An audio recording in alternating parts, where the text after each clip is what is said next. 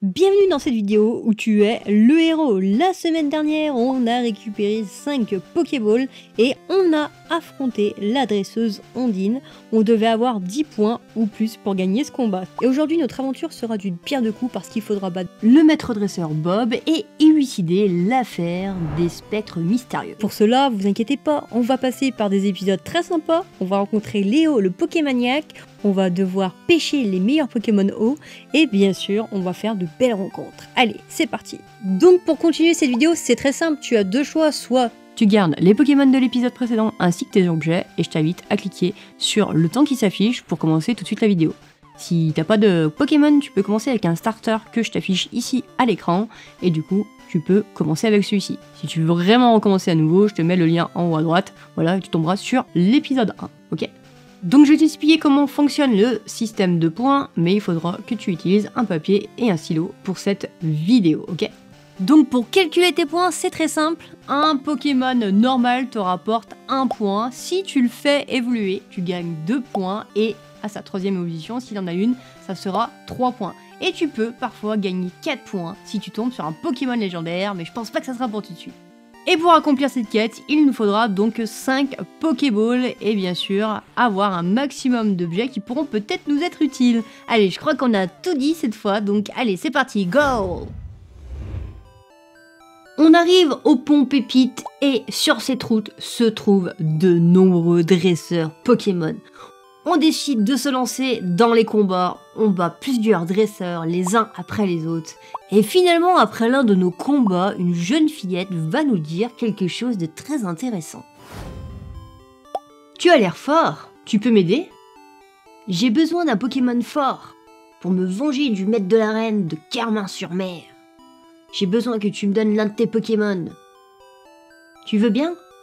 Suite à sa détresse, tu décides de lui donner l'un de tes Pokémon et tu peux choisir entre lui donner un Pokémon avec 2 points ou lui donner un Pokémon avec 1 point. Alors, qu'est-ce que tu choisis? Si tu as choisi l'option 1, c'est-à-dire lui donner un Pokémon à 2 points, tu obtiens une pièce rouge.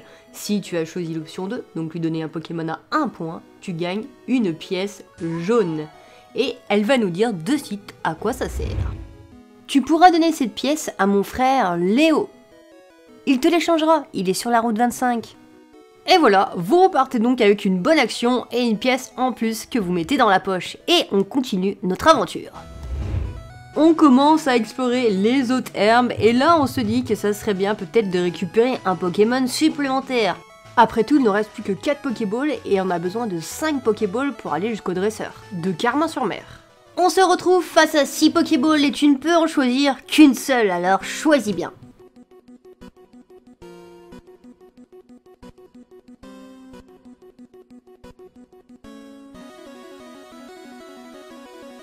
Bravo à toi si tu as réussi à avoir un Pokémon avec 2 points. Et maintenant, on va continuer cette aventure. On avance dans la nuit. Et surtout, on essaye de pas se cogner la tête, surtout si on n'a pas de Pokémon électrique avec soi, quand soudainement, on tombe sur une maison. On décide de frapper à la porte,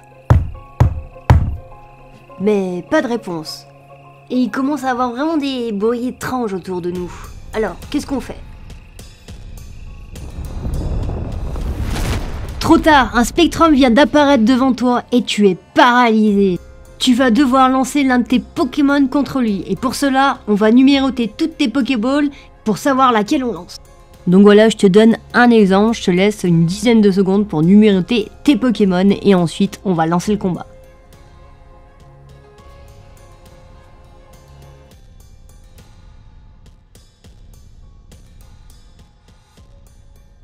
Et c'est le moment où tu vas me détester. Mais si tu as choisi l'option 2... tu devras lancer le numéro que j'affiche à l'écran. Si tu as choisi l'option 1, tu auras le choix entre le premier chiffre et le deuxième. Spectrum est un Pokémon à 2 points, donc si tu as lancé un Pokémon à 2 points ou plus, tu gagnes la partie. Par contre, si tu as lancé un Pokémon à 1 point, même si c'est un type sol, tu perds. Sache que si tu gagnes, tu peux même récupérer Spectrum. Par contre, il faudra se séparer de l'un de tes Pokémon. Donc c'est à ce moment-là que je t'invite à mettre à jour ta fiche, ok, si tu as décidé d'attraper Spectrum et de libérer l'un de tes Pokémon. En tout cas, si tu perds, ça te met pas de malus, mais tu n'as pas attrapé Spectrum. Bon, finalement, après toutes ces péripéties, on décide de rentrer dans la maison et de ne plus attendre une seule seconde. Et une fois arrivé, on cherche un peu de partout, mais on ne voit personne, sauf un Pokémon qui parle. Léo, par ici! Aide-moi, Step, je suis Léo! J'ai fait une expérience et je suis devenu un Pokémon! Je dois aller dans la machine et il faut en même temps appuyer sur le bouton du PC. Tu peux m'aider? Alors, t'as le choix numéro 1, tu peux aider Léo tout de suite et appuyer sur le bouton. Ou alors, le choix numéro 2, tu vas aider Léo, mais avant, tu décides de farfouiller dans le tiroir pour voir ce que tu peux trouver. Si t'as choisi la solution 1, eh ben tu ne gagnes rien du tout. Par contre, si tu as choisi l'option 2, eh ben tu gagnes une Hyper Ball. Bah oui, des fois c'est bien d'être un peu malhonnête, hein. Au final tu vas l'aider quand même ce garçon. Après quelques minutes, Léo redevient un être humain et il te remercie infiniment. Il te propose d'ailleurs de te donner l'un de ses Pokémon contre l'un des tiens. Mais cette fois, tu as la possibilité de choisir sans devoir deviner. Tu as le choix entre Staros, Hypnomad ou Raichu. Tu choisis lui que tu veux et tu lui donnes celui que tu veux. Tout cool, non? Je t'invite juste à mettre à jour ta fiche une fois que tu as choisi.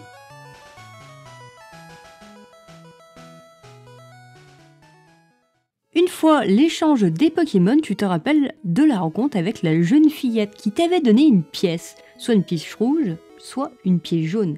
Tu expliques l'histoire à Léo et il est prêt à t'échanger l'une de ces pièces contre l'un de ses lots. Alors, qu'est-ce que tu choisis?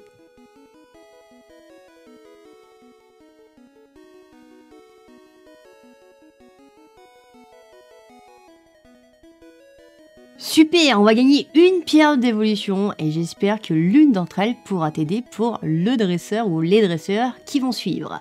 Allez, on arrive enfin à la ville de Carmin-sur-Mer et on décide de se laisser tenter par la pêche. Et on va rencontrer le maître pêcheur qui va nous offrir notre première canne à pêche.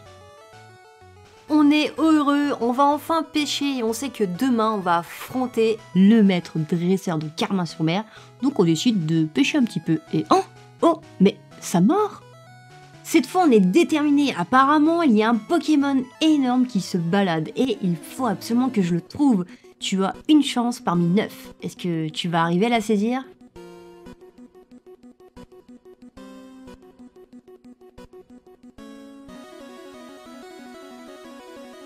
Wow, il y a un Léviator plus 3, tous les autres Pokémon sont à plus 1.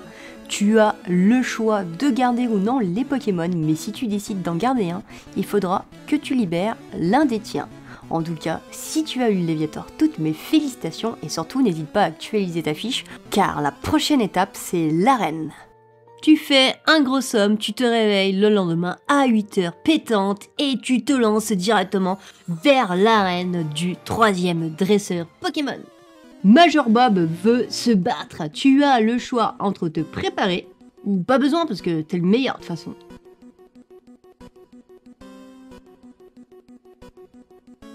Si tu as choisi l'option 1, tu peux utiliser une pierre d'évolution si tu en as une. C'est ton choix de l'utiliser ou non. Si tu as choisi l'option 2, c'est mort, tu ne peux rien utiliser. Et comment ça fonctionne? C'est simple, si tu veux savoir, tu vas voir, c'est très simple. Imaginons, tu as un Pokémon électrique et tu as une pierre électrique, donc Pikachu est logiquement à 1 point, et bah là, il sera à 2 points, parce que ça deviendra un Raichu, ok? Et sache qu'en plus de ça, chaque Pokémon de type Sol te rapportera 1 point contre le Major Bob. Donc par exemple, si tu as un Topiqueur ou un Sablette, tu gagnes plus 1 pendant ce combat. Et maintenant, on va pouvoir calculer nos points. Finalement, pour battre Bob, il te faudra un minimum de 12 points ou plus. Si tu as réussi, je te félicite, toutes mes félicitations. Tu viens de gagner le badge Foudre. Super, maintenant on a 3 badges et comme tu l'as deviné, la semaine prochaine, on partira sur le 4e badge. Mais attention, maintenant je vais aussi mettre quelques petits malus afin que ça soit un petit peu plus compliqué. Voilà, en tout cas je te remercie et je te dis à la semaine prochaine. N'hésite pas à mettre dans l'espace commentaire ton nom de joueur, les Pokémon que tu as eu, les péripéties qui te sont arrivées, et si tu veux, tu peux me laisser un petit commentaire sur ce que tu penses, ainsi que ton score final. Voilà, allez, ciao ciao l'ami, bye bye.